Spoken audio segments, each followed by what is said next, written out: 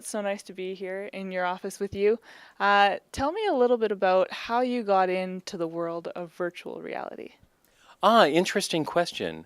Well, originally I started Project Whitecard not very long ago, 12 years ago, short amount of time in the big scheme of things. I decided that I was working, had quite a senior position in web development in Toronto.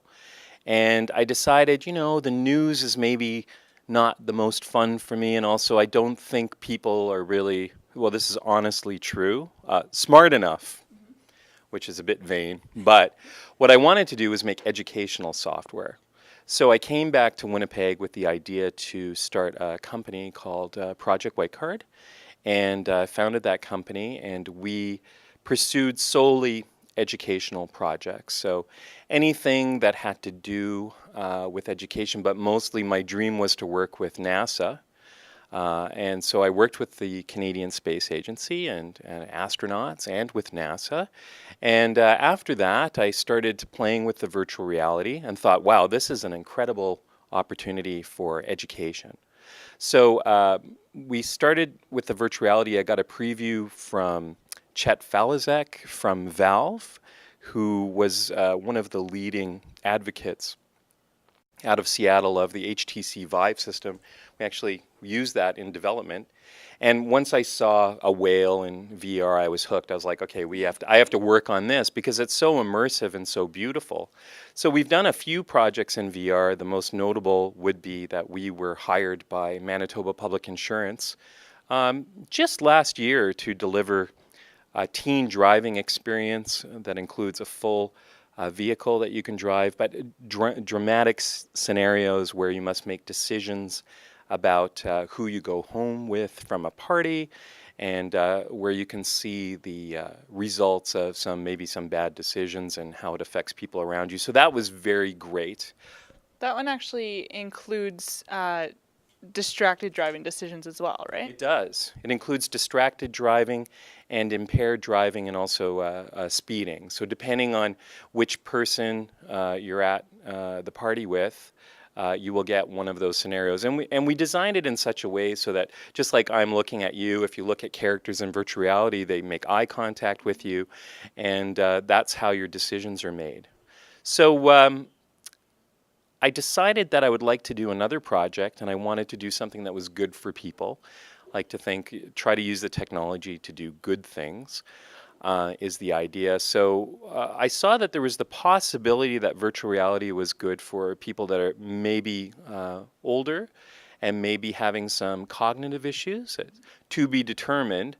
So I put a great deal of effort behind designing a business plan where we could try to address those issues, and created an entity called Project Whitecard Digital, and found it's amazing. Our first investors, who are Mark Evans and Paul Thiessen, were the first people we pitched, and we're like, we're in.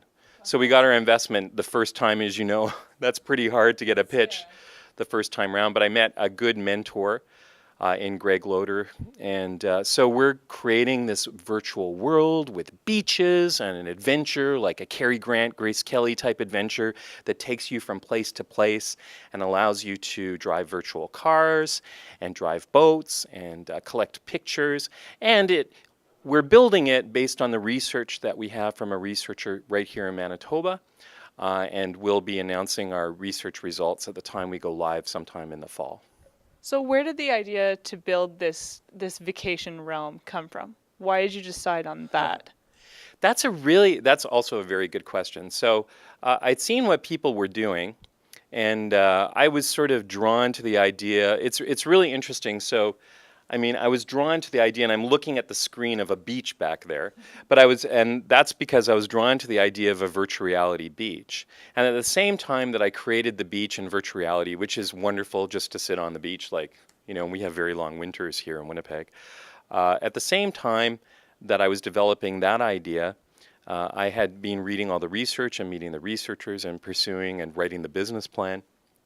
And it's really interesting because we started with one chair on the beach, and we came and took the research that said, okay, this hotel is a hotel at the beach. Now we're going to drive vehicles in a town called Juniper Beach, and we've called the town Juniper Beach as a bit of an homage, actually, to a Black Mirror episode that was done, which is extremely popular amongst millennials, which is called San Junipero.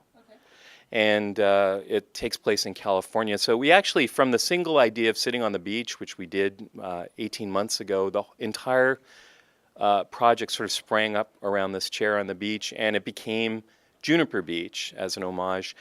And we not only have Juniper Beach, we also have a Brady Gulch, which is a western town, and we have roads where people can drive between these towns in virtual reality. And we're trying to design everything so that it has efficacy for the kind of results that we're looking for, which is reduced anxiety, but also that it's very calming, and we're collecting all of those results that we'll publish along with the project. And it's got everything involved in it. It's not just, going on the vacation and simply relaxing on the beach or driving a car, but you've also included romance into it. How does that come into play? Well, because I was looking at my audience, I really do want to. It's kind of funny, but I really did want to design something that would speak to an audience, and I'm saying an older audience, but it could be a more sophisticated audience, because I actually think that the game will really appeal to a lot of people, and we've purposely set it. It's unclear whether it's the 60s or the 80s. Okay. And so if you think of the most romantic films from the golden age of Hollywood, which is what part of our audience will have seen, who do you think of? Grace Kelly, Cary Grant, sitting on the beach. Yeah. It's all in there. So we've actually developed something that's very healthy for people, which is sort of a murder mystery. And there's been something that's being stolen, and there's a murder mystery, and we have characters like that, so that it's a very romantic. You think of not only California, but of the French Riviera. Very cool. Thank you. So you're putting all this together.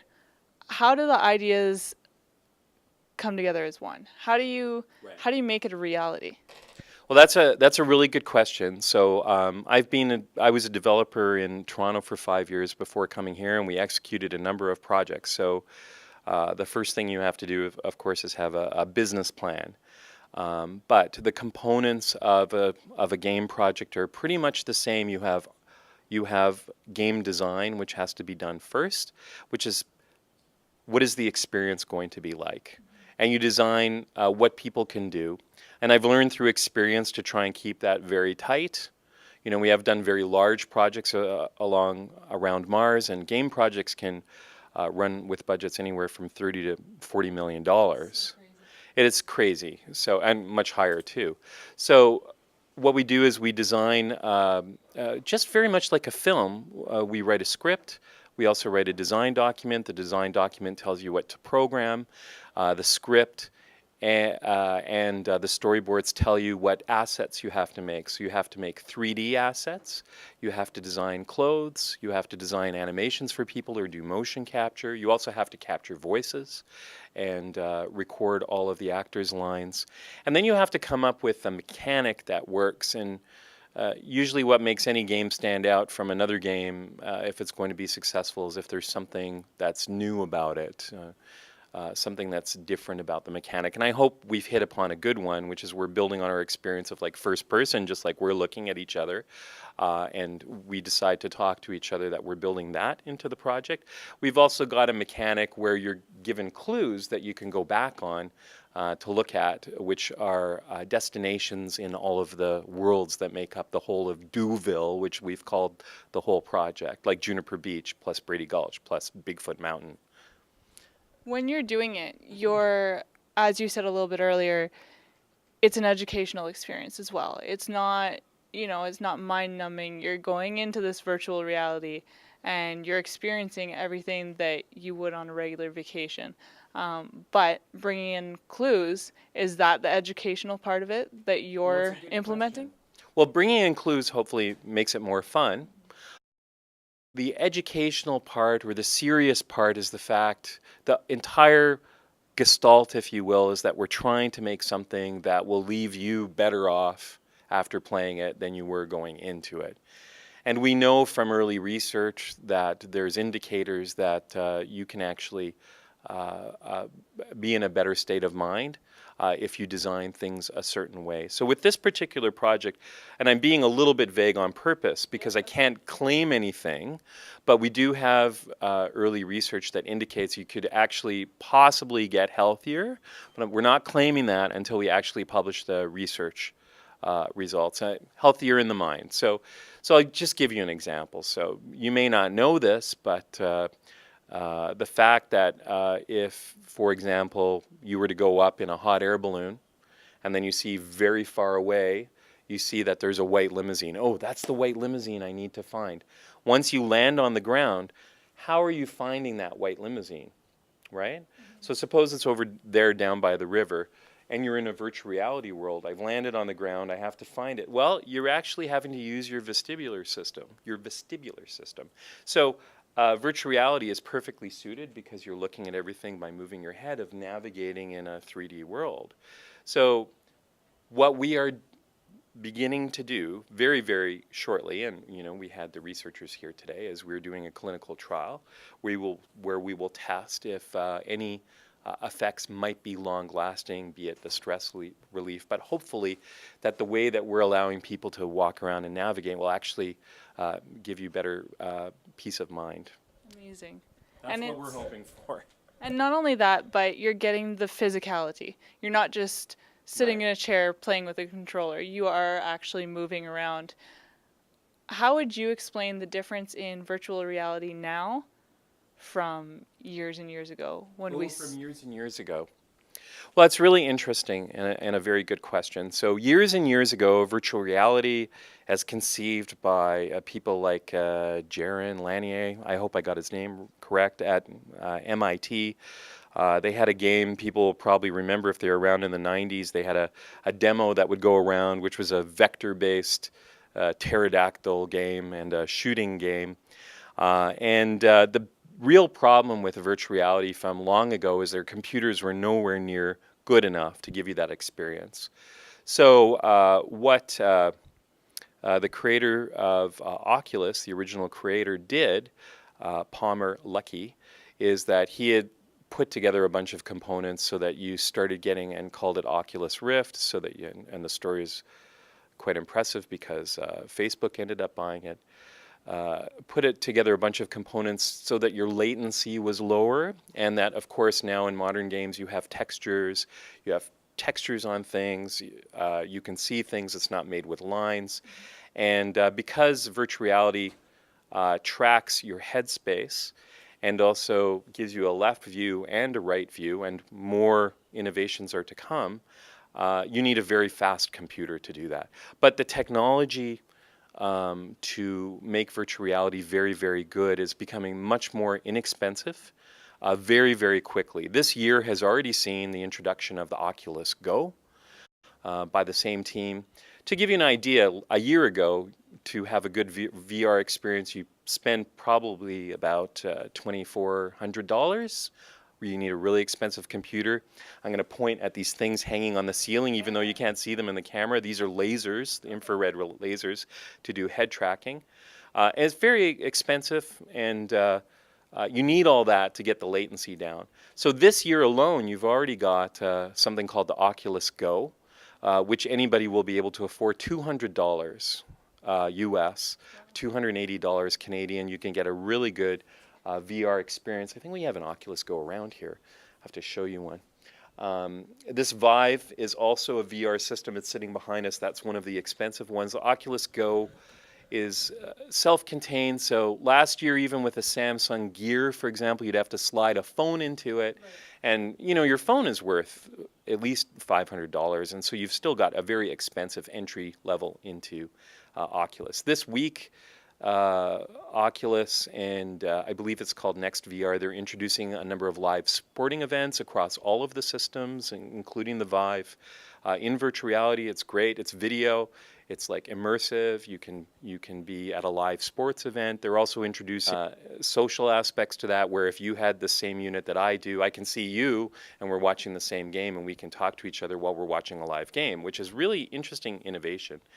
but the price is just coming right down. So the biggest thing about virtual reality now versus years ago is that we now have computers that are powerful enough to display it, and that's where this latest revolution came from.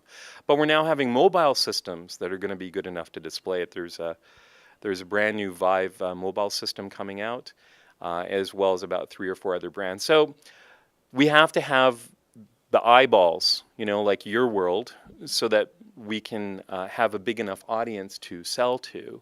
And what's great about having a $200 unit is that if I build a piece of software that's interesting enough for somebody, they could decide to buy the whole thing, the VR unit, right. and not need a huge computer system, not need to operate it. They could just have it arrives in the mail and put it right on their head. So it's like, okay, so this is a good time to deliver that experience to people. Now, I'm excited about this project in itself. Thank you. It sounds exciting. It's something that I would want to give a try, just to see what it's like. Sure. But I don't want to leave my viewers hanging on the fact that you worked with NASA. Oh. You got to tell me a bit about that. It's a dream come true for you. Yes. But how does that even happen? How does that come together? Well, yeah, let's tell your viewers. So, like all good things in life, you have to first want it, and then you have to visualize it very, very well, as I'm sure you do all the time.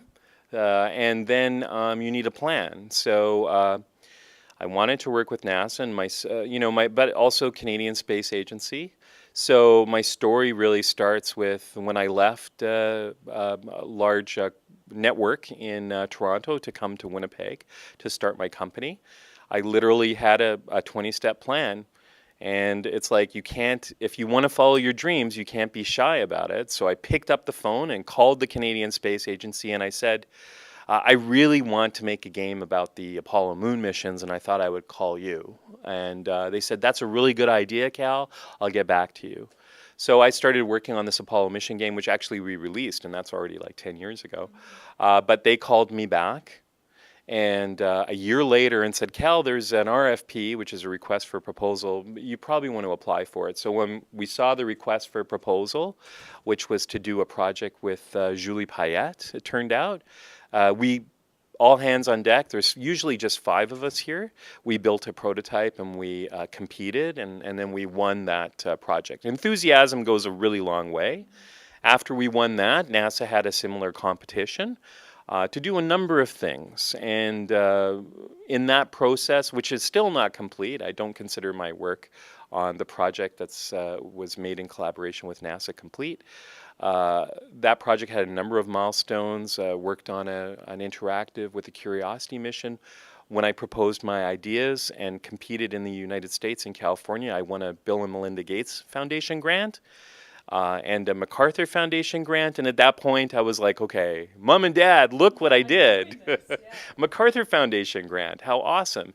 And then I was able to also compete to win funding I won funding, I'll say funding, just to be able to pursue your dreams, you need to have a team when you're doing something like this. So we were funded, of course, to build those projects for the Canadian Space Agency, and then self-funded to produce projects around NASA-themed ideas. And we've created a number of those, and some of them are not launched yet. Some of them exist. We have a virtual reality astronaut experience, which I hope we can pursue, which is beautiful. And but I focused all of my time on, well, what's the one project? I've done the NASA done the Canadian Space Agency, work with Chris Hadfield. So what's next? Well, this one, to create a virtual world, I realized is very, very fun.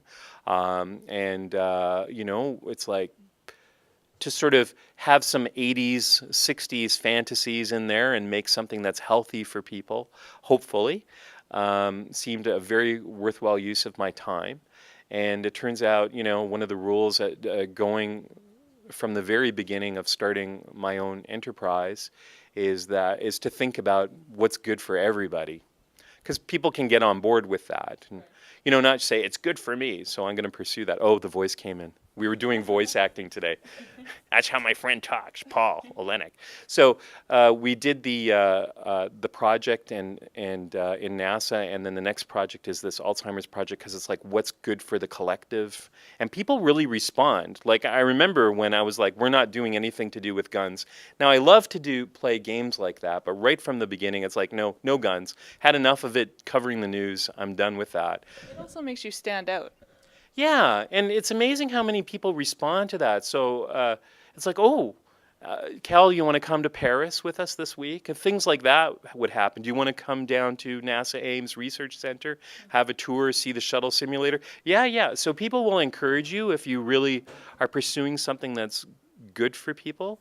And so to be in the right mindset and then to visualize really well, you find that things start happening. And hopefully you get better at it. This project, and a lot of it is due to the personalities of the investors, of course, Paul Thiessen and Mark Evans. This particular project, we didn't pitch it for longer than several days because they were the first people we met, and they're like, we're on board. So that's good. That means to me, that there's some progress there. I hope I don't have to spend as much time pitching projects as I did in the past because some of the projects would take maybe 8 or 9 or 10 pitches over the course of 3 or 4 years, which is a lot of work, you know. Because it's not only are you pitching your idea, but for everybody that says no, it's got to chip away at you a little bit. Yeah, it chips away at you a little bit, and you can lose control of the idea if you talk to too many people. So it's very similar, I'm sure, to what people go through in Hollywood. It's like showbiz in a way because. But those projects take a long time too. Sometimes they just take a long time. And I have, I still pursue some of the projects in the background. I've been asked to consult on a number of science documentaries and spoke in San Francisco. Even I was invited down to San Francisco in November and spoke there on the BBC panel, which is amazing to me. But yeah, just sort of keeping the eye on what's the goal and keeping your vision. And then once you've picked a project, it's important to focus on it. And then everything can happen. I mean, I would love to, after this project, to actually build spaceships. So we'll see how I do with that one. Yeah, that would be okay. And you've done TED Talks as well. I have. I did a TED Talk, TEDx Winnipeg. I gave a talk on what a future classroom would look like. And a future classroom probably looks very similar to my office because it's filled with virtual reality, and there's people on the bridge, and that's my TEDx talk. Very cool. Now I have to ask. We've talked a little bit about Toronto and how you were there. Vancouver is huge for the video gaming industry. It is. I want to know why Winnipeg. I personally love Winnipeg, but why did you decide to stick it out here? Well, I do have roots in Winnipeg. I grew up in Winnipeg. I have siblings that live here. Most of my siblings live in Winnipeg. Winnipeg is also, I think what's interesting about, so in all honesty, so I went to Toronto. Now, Toronto is a little bit like a black hole. So you go to Toronto, you're one of thousands of people. Right? It's hard to get clarity whether your idea is your idea. It's hard to explain that. I loved my experience working in that large public network in Toronto, but I never really felt unique. I felt that I was only really unique when I came to Winnipeg because there's not really still a lot of people doing what I do here.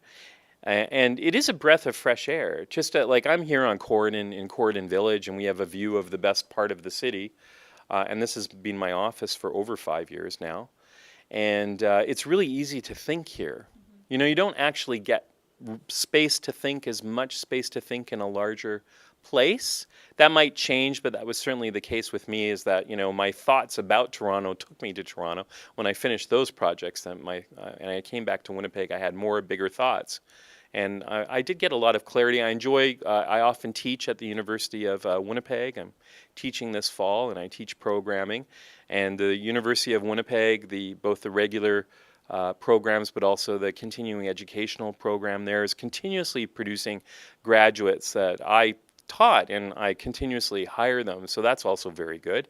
And the University of Manitoba collaborations that I currently have are also excellent. And I think there's just well, as you know, I think everybody knows now, there's a really good energy in Winnipeg. I always knew that, but now everybody knows due to how far the Jets got this year. Yeah. It definitely helps out, and it's just one of those cities that there's a ton of talent in it, and Yes. there's so much room to go with that.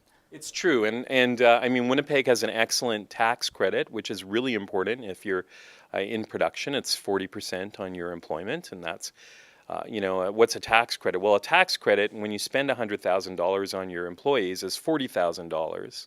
That really helps you stretch. And I had a cohort, if you will, of very talented people, if I might say so, including Tom Kaminsky and Noah Dector-Jackson, who's very heavily involved in creating video games. And we went through, Winnipeg created an incubator for us. I was like, I want to make a game. And suddenly there was a contest. And I entered the contest within a year of being back here and won the contest. And they actually got us in an office and gave us all computers and said, go build your game. So I was building Project Moonwalk, the Apollo project. So Winnipeg has people like Ed Suzuki in it. I know we're up for most intelligent. We're one of the finalists for the most intelligent community in the world. They'll be voting on it at the beginning of June in London. So anybody from Winnipeg who wants to go to London, your conference, by the way, cost is written off on the Intelligent Communities Conference, but that's an initiative that Economic Development Winnipeg worked on.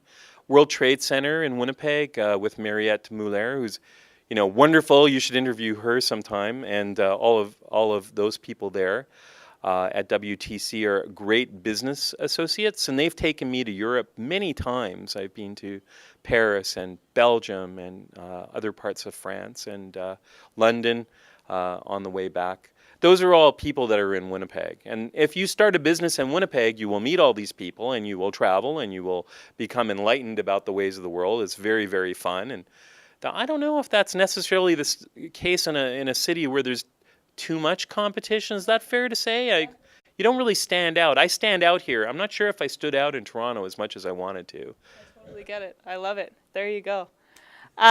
Juniper Beach, when it is launched, yes, how do people get their hands on it? Oh, very good question. So right now you can go to digital.projectwhitecard.com and we have a contact form. We'll put you on a mailing list. Juniper Beach will be part of a project that we will test very soon on the Oculus platform and on Steam, and it'll be called Douville, like Douville, and you'll see that on the website I gave you. And Juniper Beach is part of that project, so people will be able to download it. And if people want to test the project, please send me an email that you want to test it. I can add you to our beta testers group, so no problemo. So we can do about 100 people there, and you can give us early feedback. That's no problem. That's amazing. Yeah, I'll give it to your audience. How's that? Yes. One more question. Yes. I try to ask each of my guests. You wore the Strombo suit. I did. How about the socks? Oh, no socks. No socks. Yeah. Huh. No socks, a little bit cooler. And then I've got I think this is the trend next year, I've got my platform patent leather shoes on too. I do like the shoes. They are very nice. No So, socks today. Why no socks? I think that's the current cool thing to do is no socks. So that's what I do, no socks. But I do have fancy socks as well, but I find this nice in the summertime. It kind of cools you off a little bit, hey? Yeah. Cool. Thanks very much. Oh, thank you. Thank you so much. What an excellent interview you did. The best one I've ever done, really. Thank you so much. You're welcome.